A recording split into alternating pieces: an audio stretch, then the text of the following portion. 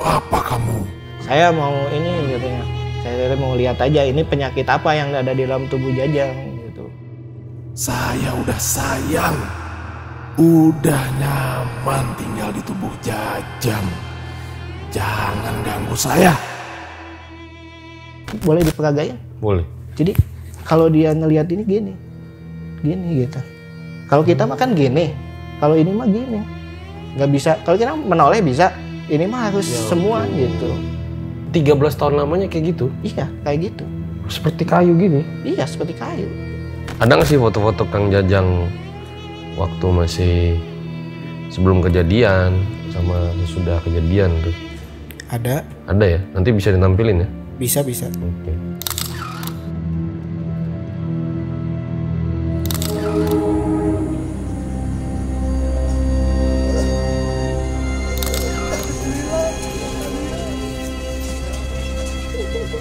Bawa aja, Bang.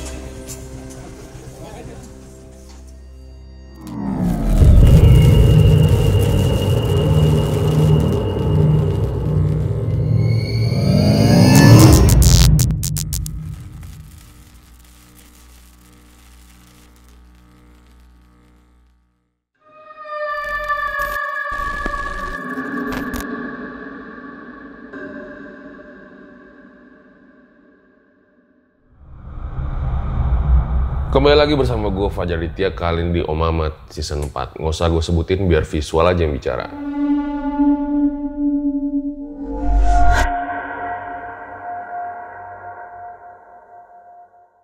Ya guys, gue masih live di Bandung. Dimana narasumber pada kali ini katanya selama 17 tahun itu akibat nyari ilmu gitulah ya. Dia jiwanya tertukar selama 17 tahun. Loh, kok kayak di film-film nih? Langsung aja kita tanya. Selamat malam Kang Cena. Selamat malam. Apa ya? Makasih ya udah mau jadi narasumber nih di hari ini nih. Iya. Kang, katanya Kang Cena ini jadi salah satu saksi ya. Kerabatnya itu selama 17 tahun jiwanya tertukar. Betul. Itu sepupu saya yang dialami. Sepupu sendiri ya? Iya, sepupu. Katanya akibat awalnya itu mencari ilmu. Mencari ilmu, belajar ilmu. Ilmu yang berhubungan dengan hal-hal mistis gitu. Iya, mistis. Bisa mengundang yang di alam gaib lah gitu ya. Kayak mau jadi apa bisa dia itu. Kekuatan lah kalau gitu. Awalnya niatnya, Iya. tapi ternyata nggak dapet malah kena akibatnya gitu. Nah, jadi awalnya itu nggak dibimbing sampai tuntas sama gurunya. Oke. Nah, Kang Cena ini berarti saksi hidupnya nih? Iya. Dari awal? Dari kecil malahan. Jadi emang dari kecil. Jadi Jajang itu anaknya uas saya. Oke. Iya. Jadi nanti kita dengerin lah ceritanya kayak gimana. Ditahan dulu Kang ya ceritanya. Nah, sebelum dimulai kayak biasa guys, komen yang banyak nih supaya kita dapat menghadirkan narsum-narsum yang sesuai dengan keinginan kalian. Kalau pengen kirim-kirim cerita juga, kita masih live di Bandung. Silakan bisa kirim ke sini.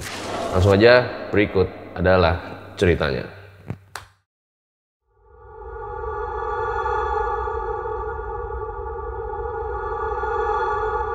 Ya silakan Kang Cena, boleh diceritain dari awal tuh kayak gimana? Boleh Kang. Saya sebagai sepupunya Kang Jajang ya. Kang Jajang itu anak uas saya. Tahun 2006-2007. Jajang itu belajar sebuah keilmuan kayak buat pertahanan diri kayak gitu. 2007.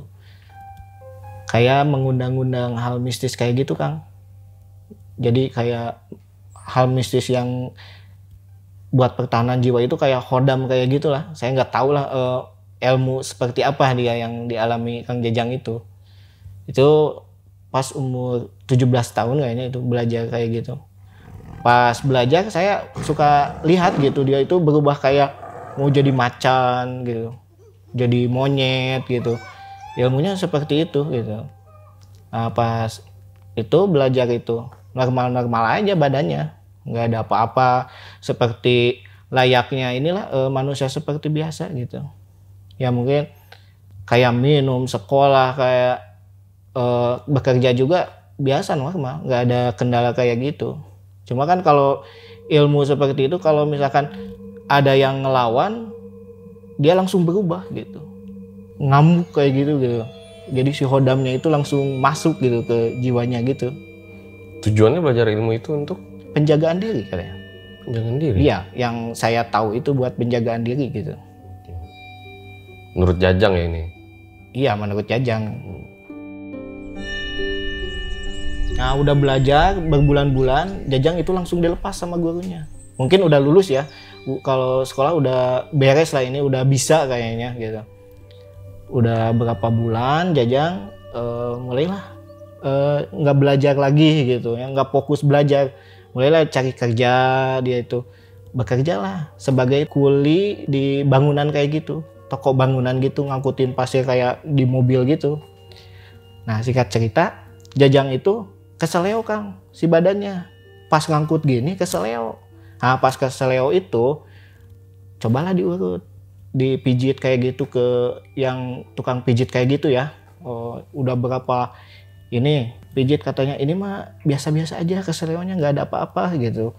Sampai beberapa tukang pijit gitu ya, tetap aja badannya nggak berubah, jadi keras kayak gini gitu. Si kalau ngelihat ke pinggir itu harus semua badannya kayak kayu gitu. Badannya kayak kayu, ini keras banget ini. Pernah saya juga mijitin gitu, tetap nggak ini nggak kerasa gitu. Singkat cerita ya,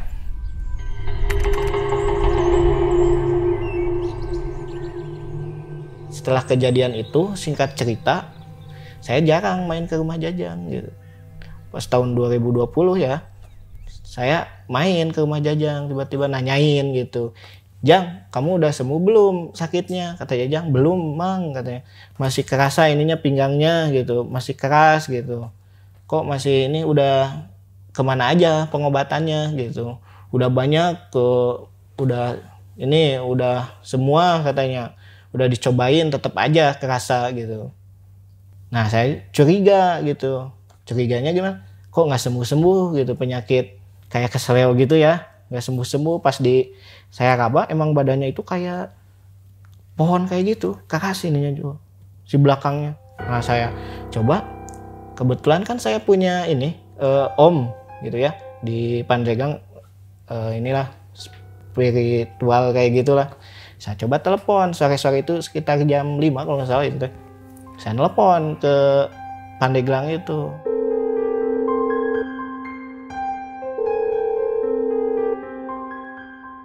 Om, ini saya punya saudara, kata saya. Gimana? Sakit udah bertahun-tahun berarti ya, dari 2007 sampai 2020 gitu ya. Udah lama sakitnya. Kenapa? Sakit pinggang awalnya, keseleo katanya.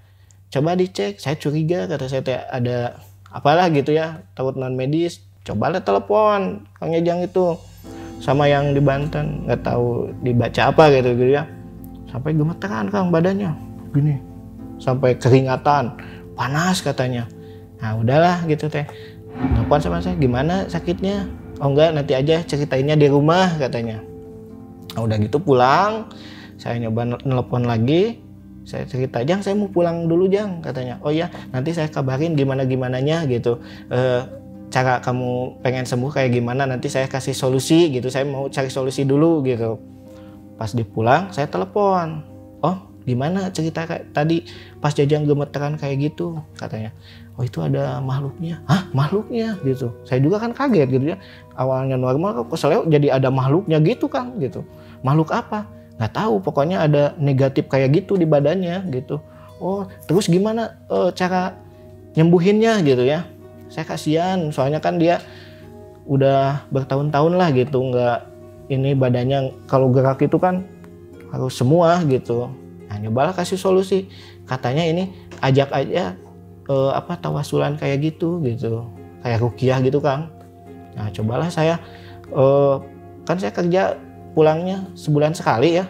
Nah itu kesendat, ngusahain lah pas 1 bulan itu ke rumah Jajang lagi gitu. Udah pas dicek itu ya, saya pulang lagi ke rumah Jajang. Sebentar, jadi setelah lebih dari 5 tahun itu, ya, si Jajang ini masih sakit gitu pinggangnya ya? Masih. Ada yang nempel di dalam tubuhnya gitu kan. Jadi selama bertahun-tahun itu baru ketahuan pas 2020? Iya, 2020 gitu. Nggak tahu yang nempelnya itu sosok seperti apa, saya nggak tahu kan. Nah, saya coba, kata yang om saya yang di Pandeglang, cobalah ruqyah gitu. Ajak tawasul kayak gitu ya. Diajakin tawasulan di rumah Jajang. Nah, udah beres lah, singkat cerita lah. Udah beres tawasulan kayak itu, dikasih air minum. Ya, air minum, sama saya dioles-oles ke tubuhnya ke sini. Langsung jadi, Kang. Jadinya kayak ini, macan kayak gitu. Gini, sambil ke ini, si kukunya gini gitu. Mau apa kamu? Saya mau ini katanya. Saya mau lihat aja ini penyakit apa yang ada di dalam tubuh Jajang gitu. Saya udah sayang, udah nyaman tinggal di tubuh Jajang. Jangan ganggu saya. Kayak kalau dulu mah jawara kayak gitulah. Gitu. Saya si gondrong gitu. Saya juga kaget, gondrong apa gitu. Nah udah gitu, singkat cerita ya. Itu pas lagi di ruqyah, di tempat ruqyahnya? Di ruqyah, di rumahnya.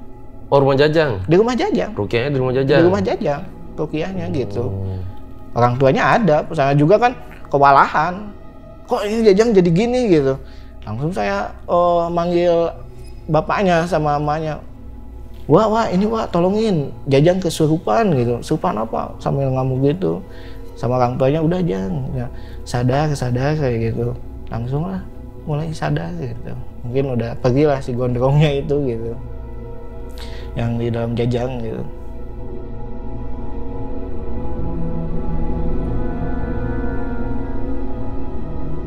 Udah tahu Jajang ada sosok yang nempel. Nah, saya inisiatif ke orang tuanya. Rundingan gitu. Ini Jajang takutnya dari segi keilmuan yang pernah dipelajari, takutnya ada yang nempel itu dari sana gitu. Makanya saya coba ini cari gurunya gitu. Siapa gurunya ini? Kenapa kok langsung mikir tentang ilmunya si Jajang gitu? Karena pas awal belajar kan itu mengundang kayak gitu. Pikirannya kayak gitu. Oh iya. Mengundang gitu. Runtut ya? Iya runtut. Ya. So, mengundang gitu udah pikiran fokusnya ke situ aja. Oh gitu. Saya coba sama Jajang lah, selang beberapa hari Jajang sama orang tuanya itu ke gurunya datang gitu.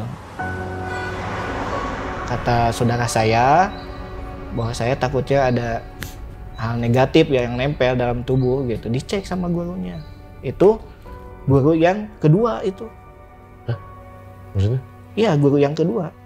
Jadi guru yang kedua gitu. Jadi guru yang kesatunya pusatnya gitu ya, yang punya padepokannya itu belum tahu bahwa Jajang itu kejadian seperti itu. Karena yang bimbingnya guru yang kedua gitu. Ditanya ke guru yang kedua gitu. Oh, ini mah saudara kamu mengungsik yang ada di dalam tubuh Jajang gitu. Bilangnya gitu. Taruh Kang, saya bingung nih. Ini ada guru pertama, guru kedua ya? Ada Kang. Maksudnya gimana nih? Jadi yang punya padepokan itu kan di Purwakarta. Lokasinya, guru ke-1 itu. Nah, yang ngajarin Jajang? Guru kedua. Yang guru kedua itu yang belajar dari padepokan, yang udah lulus, udah senior kayak gitu. Jadi dia disebut guru kedua. Nah, itu guru senior kayaknya gitu. Iya. Saya ingat nonton film Kerasakti begini. Wah. Kakak pertama, kakak kedua. Nah, gitu, kayak cocok gitu ya. Iya. Iya. Nah, terus Udah gitu, ke guru keduanya itu ya, masih sekampung lah gitu. Nanyain katanya, saudara kamu itu udah mengungsik di dalam tubuh kamu, Jang. Udah ngelawan katanya. Ngajak berantem. Bilang ke saya. Jajang itu, Mang, kata guru saya, Amang ngajak berantem ke yang di dalam tubuh saya. Khodam mungkin ya, kayak gitu ya. Saya kurang ini. Maksudnya ngajak berantem siapa? Ya, yang di dalam Jajang gitu. Maksudnya dibacain ruqyah itu kayak yang mungkin dia nantang gitu.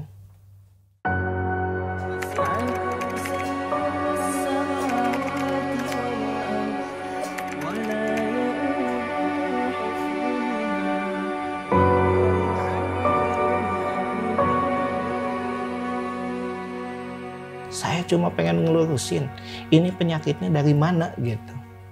Oh iya. asal usulnya gitu. Maklum sepupu lah. Gitu. Iya, Gimana saya kan kita ngeliat kasihan sepupu udah begitu? bertahun-tahun badannya keras nggak bisa gerak gitu. Kalau jalan bisa, kalau gerak gini gitu. Jadi kalau tidur itu susah, sakit pinggangnya. Saya kan kasihan gitu.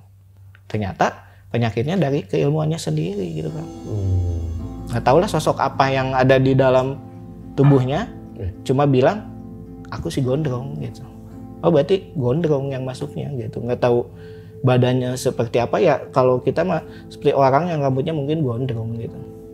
Pas ketemu gurunya dikasihlah sebuah amalan bacaan gitu buat nyembuhin Jajang katanya. Pas nyembuhin Jajang terus mungkin dibaca sampai 2022 itu nggak ada ngepek Kang. Di badannya itu tetap aja badannya keras kayak gitu nggak ngepek di badannya sampai 2002 itu. Bentar, saya bingung juga nih. Maksudnya badan yang keras tuh gimana ya? Jadi keras kayak kayu aja. Jadi kayak kayu gitu. Kalau boleh diperagain? Boleh. Jadi kalau dia ngelihat ini gini gitu. Kalau kita mah kan gini. Kalau ini mah gini. Jadi begini ya? Gini. Si Jajang jadi itu nggak bisa ini gitu. Jadi geraknya harus semua gitu. Nggak bisa. Kalau kita menoleh bisa. Ini mah harus Ya semua ampun. gitu. Nah itu yang Itu jadi mirisnya itu. 13 tahun lamanya kayak gitu. Iya kayak gitu. Seperti kayu gini. Iya seperti kayu. Keras aja badannya. Si ininya juga Tapi Jajang berarti nggak kerja dong? nggak kerja selama Di itu. rumah aja? Di rumah aja. Karena mau kerja gimana badannya kan sakit. Tapi udah pernah dibawa ke rumah sakit? Udah. Normal aja. Hah? Normal aja kan. Kata dokter nggak ada apa-apa. Dikasih obat juga nggak mempan. Tapi kalau dikasih doa mempan. Itu yang jadi anehnya itu kan. Sampai 2002 itu nggak kerasa. Lalu singkat cerita ya, si orang tuanya itu meninggal. Si bapaknya itu, almarhum itu. Ya emang si bapaknya itu pas lagi kritis banget datanglah yang jenguk lah gitu ya ceritanya. Ada banyak ibu-ibu gitu ya nengokin gitu. Ada yang bisa lah kalau di ini mah di kampung mah yang spiritual kayak gitu ngobatin. Nah saya itu pengen nyoba ngetes gitu bener nggak sama yang lain gitu. Jajang itu ada sosok makhluknya. Saya coba Pak Haji ini anaknya sakit pinggangnya udah lama mungkin Pak Haji bisa ada ininya gitu di Pak Haji gitu sembuhnya. Nyobalah sama Pak Haji diobatin di gini langsung ngamuk Kang. Jadi macan kayak gitu. Wah kayak gitu. Nek naon sih ya cina mau apa kamu gitu ya.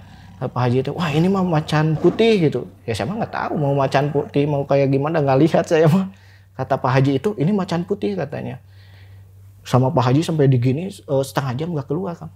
Sama saya udah Pak Haji itu mah nggak bakalan keluar karena itu mah apa ya yang nempel di tubuhnya gitu. Nah, Pak Haji udah dikasih doa, udah hilang langsung. Nah dari situ selang beberapa hari akhirnya meninggal. Pas lagi kritisnya itu ya meninggal gitu. Nah langsung si keluarganya itu kasihan lah sama Jajang. Jang, udah kalau punya ilmu kayak gitu mah ikhlasin aja keluarin kayak gitu. Kan mau keluarin gimana Jajangnya kan dikuasai mungkin sama yang nempelnya mungkin gitu. Yang nempel itu. Saya merinding juga nih ya. Jadi ayah Jajang itu meninggal pas si Jajang itu masih sakit ya? Masih sakit. Mungkin nggak sadar mungkin Jajang itu badannya itu gitu. Jadi dan keluarganya sempat ngomong gitu. Iya. Udah Jang, apa ilmunya diikhlasin aja dikeluarin. Gitu. Soalnya kan tahu si keluarganya juga Jajang pernah berilmu gitu. Ke gurunya itu gitu. Jadi pasti oh dari situ. Soalnya kan si Pak Haji yang tadi nyoba ngobatin Jajang itu bilang dari keilmuannya itu gitu. Nah, selang beberapa hari kan akhirnya udah meninggal gitu kan. Udah meninggal ya 40 hari. Si 40 hari itu saya nyoba. Jang, Bapak kan udah nggak ada gitu ya. Kamu mau gini terus apa gimana? Saya kasihan sama kamu gitu. coba tanyain guru ke-1-nya di mana, kata saya gitu Kang. Ini kan guru kedua. Nah, nyoba datang ke guru kedua, katanya nggak sanggup, langsung ke guru ke-1 sama saya. Mang, ini ada katanya di Purwakarta kayak gitu, namanya teh Bah Isman katanya, namanya Bah Isman katanya. Udah sama saya didatengin, itu teh hari Minggu didatengin sama saya.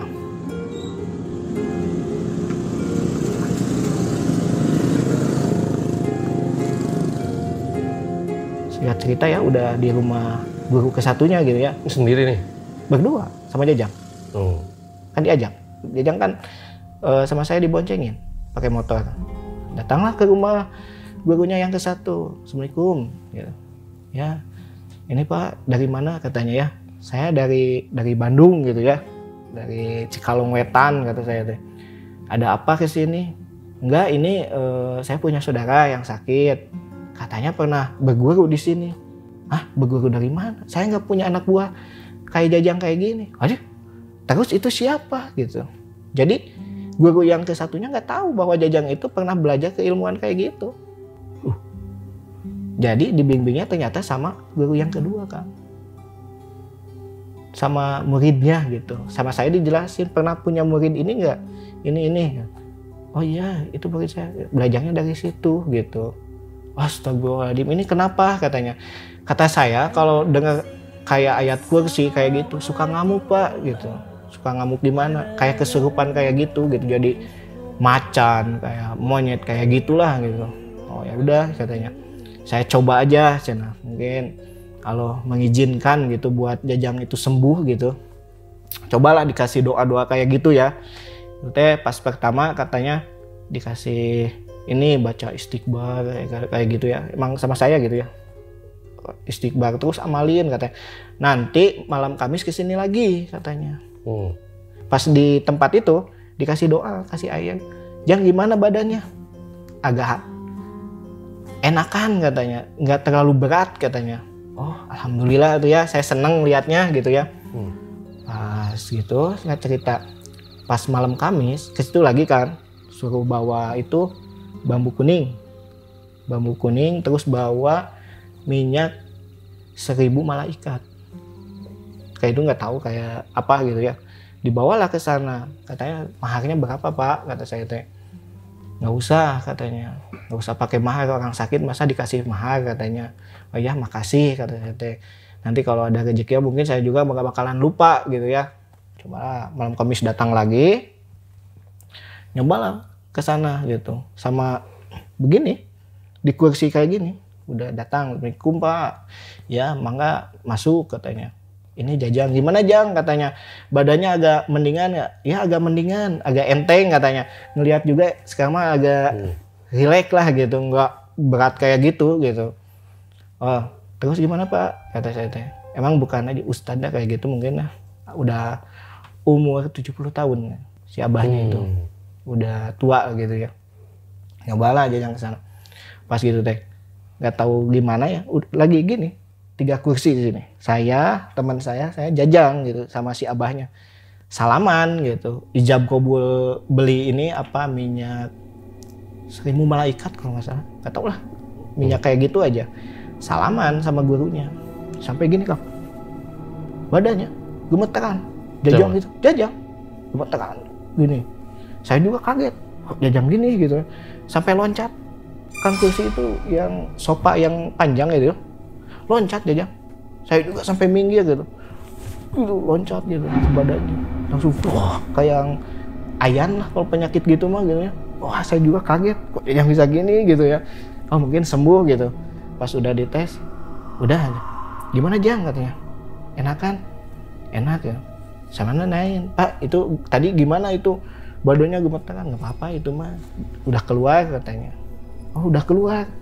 Alhamdulillah tuh. Gimana Jang? Enakan. Nah, saya curiga.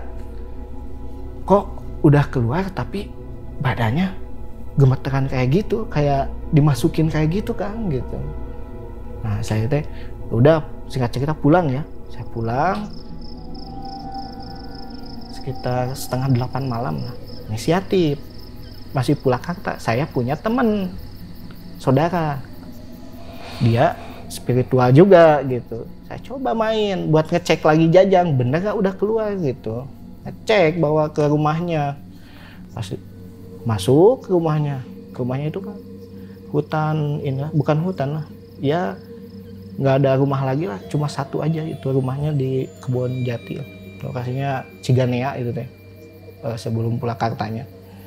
Masuklah ke sana, nanyain, Assalamualaikum gitu, salam, ya Kang, ini habis ngantar saudara Kang yang sakit itu.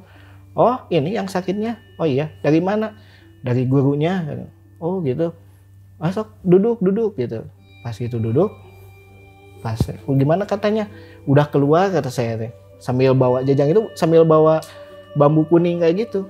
Buat apa itu katanya? Ini penangkal katanya, dari guru yang itu ya. Penangkal apa? Penangkal setan katanya. Udah simpan aja di situ katanya, simpan kayak gitu. Duduk aja kita tuh di balik kayak gitu ya, depan rumah kayak gitu. Udah duduk, teman saya ngomong, aslinya ini udah keluar semua, udah katanya gitu. Tapi saya curiga masih ada, kata saya, masih ada sosok yang di dalamnya gitu. Sama teman saya gini aja, banyak ini. Wah saya kaget, kok banyak gimana Kang? Wah banyak, harimau, monyet, kunti kayak gitu. Wah kata saya teh, gimana tuh? Suruh makan dulu aja gitu. Saya kan pas tadi kan beli makan gitu ya, makan dulu Jajang biar tenang, mungkin buat ada tenaganya gitu.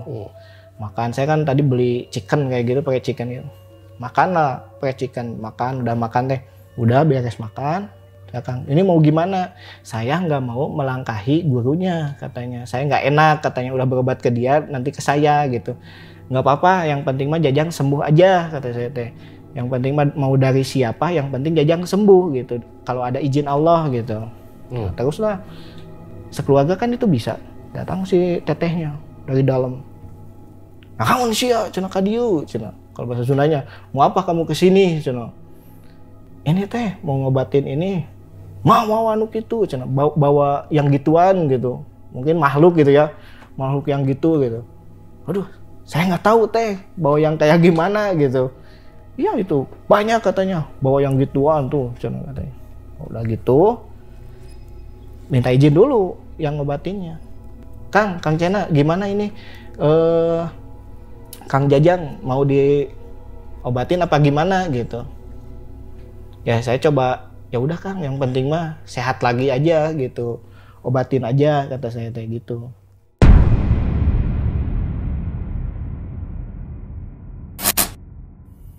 Buat kalian yang punya pengalaman horor nyata, bisa kirim cerita kalian ke email rjl5 atau DM Instagram rjl5.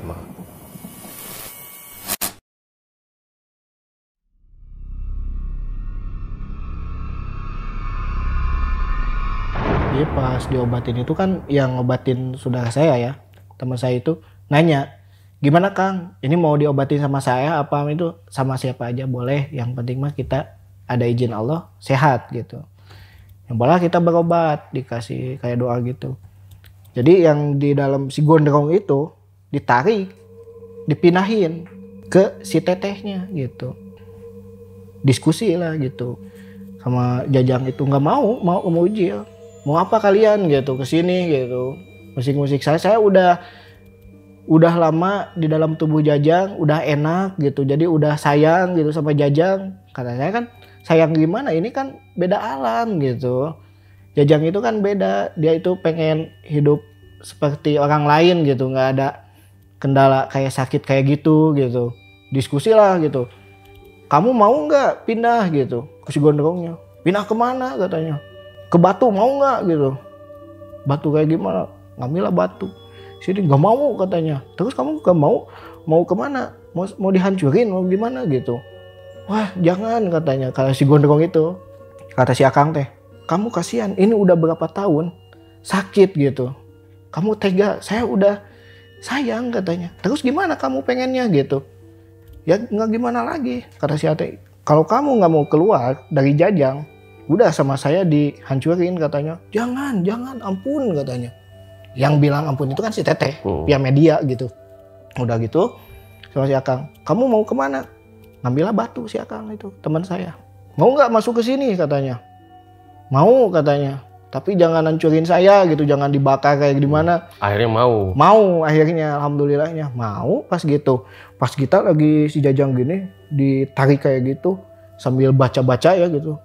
Langsung Jajangin langsung gini. Gerak kayak gitu. Pas gitu teh. Langsung gini Kang. Ini di mana katanya. Kata Jajang itu. Hah? Di mana katanya? Jang, ini di Purwakarta. Mang, ini kebun jati katanya. Emang kan di kebun gitu ya. Kebun jati, sawah kayak gitu. Ini di mana? Ini di teman saya katanya Jang. Terus saya ke sini sama siapa katanya. Mulailah saya aneh berpikir. Terus Jajang, tadi gimana Jang? Kata saya, kok bisa gini? Kata. Saya tadi mang lagi mikul batu, segede gimana? Gede katanya, batu itu di mana? Nggak tahu pokoknya. Ini teh kayak guha kayak gitu. Pohon juga gede katanya. Banyak orang yang gondrong katanya. Banyak ribuan gitu katanya. Jadi kalau saya ini kerja aja gitu. Terus datang 5 orang berjubah kayak gitu. Datang nepuk pundak saya. Jang, waktunya balik maneh mah katanya gitu. Waktunya pulang kamu katanya. Mau ikut nggak? Ayo mau ikut mang katanya. Ikutlah. Pas gitu kan sampai di situ. Makanya tadi Jajang pelengok kayak gitu kan. Ini di mana katanya gitu. Mang, terus Jajang pan udah sadar lah. Mungkin udah jiwanya udah Jajang gitu ya. Nanya ke saya. Mang, sekarang mah gendut ya? Hah? Gendut kata saya. Emang dulu kan saya agak kurus gitu ya. Gendut. Duh, ini Jajang pikirannya ngaco gitu. Saya sampai tepuk. Mang, masih jualan cupang? Semua kan heran. Jualan cupang gimana? Cupang kata saya teh. Enggak Jang, itu mah dulu kata saya teh. Oh, kata saya, Jang, ini kunci motor katanya. Jang, ini tas Jajang. Mang, saya mah nggak punya motor katanya. Hah? Saya aneh juga, saya mah bisa motor juga nggak bisa katanya. Tadi bawa ke sini, saya sekarang nggak bisa. Terus yang bawa Jajang? Iya. Oh, udah bisa gerak dia berarti? Awalnya tadi pas ke rumah si Akang sama teman saya. Karena gitu. udah berobat yang guru 1 itu ya? Iya, emang bisa karena motor gitu. Cuma pas dia tanya lagi, nggak bisa. HP juga nggak bisa. Ini HP Jajang, saya mah nggak punya HP katanya. Mikir saya nih, kok Jajang gimana pikirannya gitu ya. Tadi itu lagi, Kang ini gimana? Kata yang ngobatin itu gitu. Kok gini? Kata. Ntar dulu, saya ingat-ingat dulu. Kalau nggak salah, ini 2006-2007. Saya pernah jualan cupang sama Jajang ke SD. Oh, pas belajar mungkin ya, pas belajar dia keilmuan, ditukar si jasanya sama si gondrong. Ah, bisa aja gitu Kang, kata saya teh. Oh, astagfirullahaladzim katanya. Udah lama bertahun-tahun kerja di alam gaib gitu. Jadi nggak tahu Jajang juga. Karena Jajang ngerasanya dia itu selama itu kerja ya? Kerja di alam gaib sana. Jadi yang peran di dunia ini si gondrong diperankan gitu. Kalau kayak apa ya, kan itu diperankan, jiwanya itu perankan si gondrong gitu. Kalau makhluk kayak gitu kan tahu sifat Jajang kayak gimana, tahu kayak gimana, tahu gitu. Makanya Gondrong disebutin nggak sosoknya kayak gimana? Gondrong itu badannya agak tinggi, banyak gondrong aja semua. Jadi di alam gaib itu gondrong semua orangnya. Makan juga katanya, nantilah lebih jelasnya ke Jajang gitu ya. Makan juga yang aneh-aneh gitu kan. Jadi di situ semuanya menduga bahwa Jajang ini tertukar jiwanya pada saat itu. Nah gitu, pas Jajang sembuh itu. Oh, setelah 17 tahun tuh. Iya, setelah 17 tahun ketukar jiwanya. Nah, udah sembuh itu ya. Coba Jang berdiri. Saya kan pengen buktiin gimana badan. Pas berdiri gini normal. Nggak ada kendala. Gimana badan? Nggak berat katanya. Lebih enteng. Karena tadi mah saya pikul batu mah. Gede katanya batunya. Wah, gede katanya. Sekarang tangan bersih katanya. Tadi mah darah semua katanya. Tak saya, ini kayak konyol gitu ya. Kalau istilah kayak gitu kan. Setelahnya berarti Jajang udah sembuh total? Setelah apa? Setelah ini? Iya, sembuh total. Cuma emang si badannya masih ada lah. Kayak ini kan udah berapa tahun mungkin ya belum diurut kan karena ada sosok makhluk yang itu gitu. Kalau makhluknya mah udah pergi sama. Jadi yang terakhir diinget Jajang itu Pas jual cupang sama saya. 17 tahun yang lalu. Iya.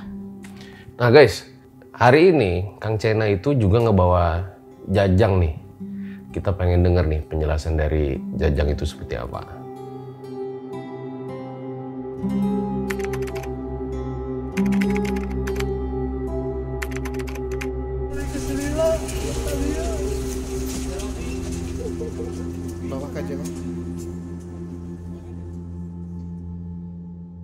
Assalamualaikum Kang Jajang ya. Kang, jadi yang dirasa itu apa? Yang saya alami selama itu, terus saya ada di alam gaib gitu. Perasaan saya. Yang dialami apa aja tuh kalau boleh tahu? Waktu di alam gaib itu saya itu dipekerjakan gitu. Soalnya babu gitu. Jadi babu gitu? Soalnya lagi bikin istana di daerah gaib gitu. Yang dilihat ada apa aja? Ya cuman makhluk-makhluk kayak gitu aja. Kayak gimana tuh? Yang makhluk gaib gitu. Makhluk astral. Yang saya tahu itu ada ya rambutnya panjang gitu. Ada yang bertanduk. Yang siluman-siluman kayak gitu. Ada taringnya gitu. Itu suasananya berarti lagi kayak di istana lagi ngebangun gitu? Lagi ngebangun gitu. Saya nggak tahu siang atau malam, kerja aja. Kalau saya berhenti ya udah saya dipecut gitu. Kalau kasarnya disiksa lah kalau saya berhenti kerja itu. Jadi nggak boleh berhenti. Tiap detik harus kerja. Oh. Awalnya sebelum ke istana itu yang dirasa apa? Awalnya saya itu umur berapa tahun ya? Belasan tahun lah kali. 17. Saya itu ngilmu gitu. Ilmu buat jaga badan, jaga diri gitu. Langsung menghilang gitu ya. Ke alam gaib gitu. Ya gimana ya? Kayak yang ngunang-ngunang kayak gitulah. Makhluk astral. Makhluk asalnya masuk ke dalam tubuh saya, terus saya nggak ada keluar. Jadi udah dijelasin belum sih Kang? Sebelum Jajang masuk istana itu yang dirasa apa gitu? Beli cupang atau apa gitu? Oh gitu. Jadi pas mau itu pas ngilmu kan. Jadi kejadiannya gitu. Jadi abis ngilmu itu tau-tau udah di istana gitu? Iya udah tahu di istana dibawa gitu. Yang tadi Jajang jelasin kan mau pulang lagi nggak bisa. Akhirnya dibawa ke istana itu gitu. Kalau boleh tahu ngilmunya tuh tujuannya apa ya, Kang? Tujuannya ya buat jaga diri aja gitu, kayak gitu. Gitu ya? Iya. Nah sekarang Kang Jajang udah sembuh berarti nih? Alhamdulillah sampai sekarang ini saya udah sehat gitu, udah normal kembali. Nggak ada satupun makhluk astral yang ada di dalam tubuh saya gitu. Sudah melakukan aktivitas seperti biasa ya? Iya. Coba ini kan badannya masih ada sedikit bongkoknya ini gitu. Bungkuk kayak gitu. Ada nggak sih foto-foto Kang Jajang waktu masih sebelum kejadian sama sesudah kejadian tuh? Ada. Ada ya? Nanti bisa ditampilin ya? Bisa. Oke. Yang ini paling yang masih gondrong paling. Kan dulu gondrong segini. Mungkin pengaruh dari si gondrong itu mungkin pengen badannya gondrong gitu.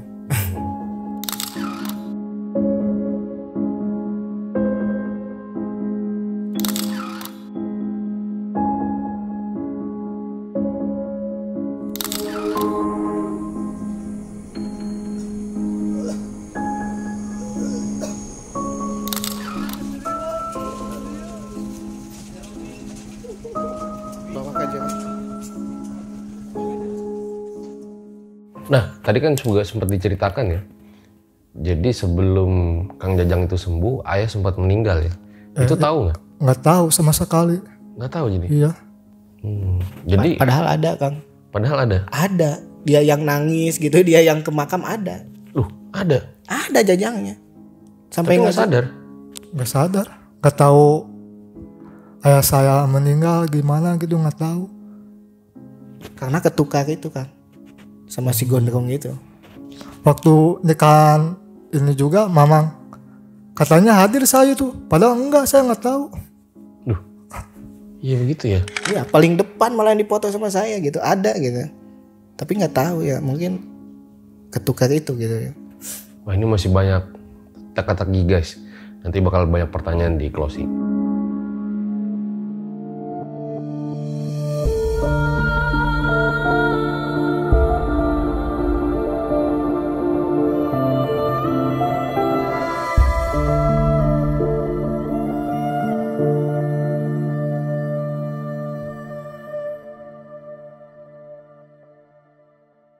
Itu deh guys, sebuah kisah dari Kang Sena ya sama Kang Jajang ya. Mungkin kalian masih banyak berpikir ya, bisa gitu tukar jiwa, apa ini hanya di film-film aja gitu. Tapi ya inilah yang dialami oleh Kang Jajang, Kang Sena sama keluarga ya. Ya, Itu keluarga tahu semua berarti Kang? Tahu semua? udah kejadian sembuh gitu. Tapi akhirnya ceritanya tahu semua? Tahu ceritanya, emang nggak inilah benar apa bohong cerita ini gitu. Kalau sekilas kan emang kayak rekayasa kayak Iya, gitu ya. mungkin buat yang Iya. dengerin gitu. Iya, gue dengerin ini kayak konyol katanya gitu ya. Cerita kok bisa ketukar jiwa. Emang benar real ini. Real ketukar jiwanya ini. Selama 17 Tapi tahun. ada, kalau Kang Sena cerita, wah masa iya kayak gini, nggak percaya atau malah dibilang ngibul gitu. Ada. Tapi yang lain percayanya nggak bisa kena motor Kang. Jadi kan ini suka ngojek kayak gitu ya di rumahnya. Pas kan udah sembuh malamnya, pas paginya ada yang mau ngojek, "Jang, ngojek," katanya.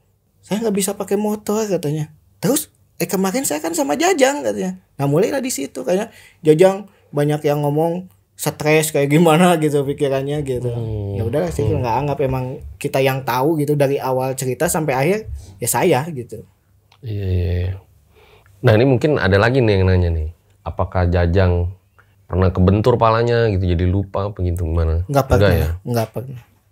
Normal gitu. Cuma keseleo itu aja, pinggangnya aja. Oke. Nah saya juga mau nanya, kalau gitu kenapa nggak dari awal aja bawa ke sahabatnya itu? Karena sama sahabat saya baru ketemu 1 tahun kemarin Kang. Ketemunya itu bukan dari dulu gitu. Ya kalau dari dulu mah udah dari dulu gitu. Ya mungkin jalannya baru ketemu 1 tahun inilah gitu. Iya. Nah buat Kang Jajang sendiri, nyesel nggak sih kayak belajar ngilmu-ngilmu gitu? Ya buat saya pribadi ya nyesel sih, nggak ada manfaatnya gitu sama sekali buat saya pribadi gitu. Nyesel sampai sekarang juga. Ya kita doain lah berarti guys ya, semoga Kang Jajang bisa segera pulih 100%. Amin. Makasih ya Kang Sena juga Kang Jajang udah mau cerita di RJ5. Semoga kalian semua nih bisa belajar lah ya, bahwa kalau pengen nuntut ilmu ya bagus gitu, tapi ilmunya yang positif lah gitu Ya, ya. betul. Nah gue sebagai inspektur horor tragedi akan menyimpulkan kisah pada kali ini. Wah gila sih. Ambil baiknya, buang buruknya. Dengan adanya kisah-kisah seperti ini jangan malah menjadikan kalian takut, tapi kalian harus makin yakin dan percaya dengan kebesarannya. Gue Fajar Ditya, RJ5 undur diri. Ingat, tuntutlah ilmu setinggi mungkin, tapi ilmu yang positif. Ciao.